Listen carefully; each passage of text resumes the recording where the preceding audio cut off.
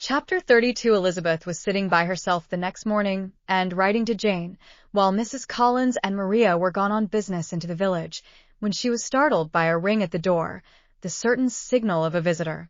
As she had heard no carriage, she thought it not unlikely to be Lady Catherine, and under that apprehension was putting away her half-finished letter, that she might escape all impertinent questions, when the door opened, and to her very great surprise Mr. Darcy, and Mr. Darcy only, entered the room.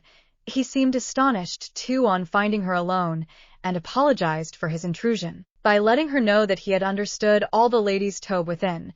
They then sat down, and when her inquiries after Rosings were made, seemed in danger of sinking into total silence.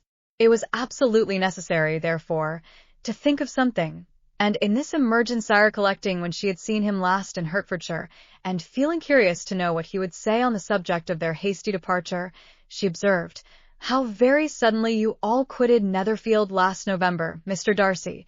It must have been a most agreeable surprise to Mr. Bingley to see you all after him so soon, for, if I recollect right, he went but the day before.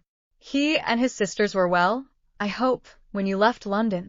"Perfectly so, I thank you."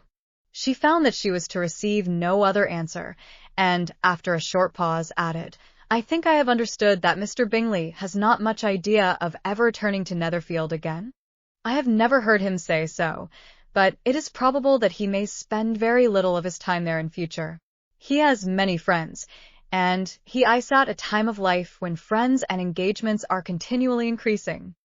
If he means to be but little at Netherfield, it would be better for the neighborhood that he should give up the place entirely, for then we might possibly get a settled family there. But perhaps Mr. Bingley did."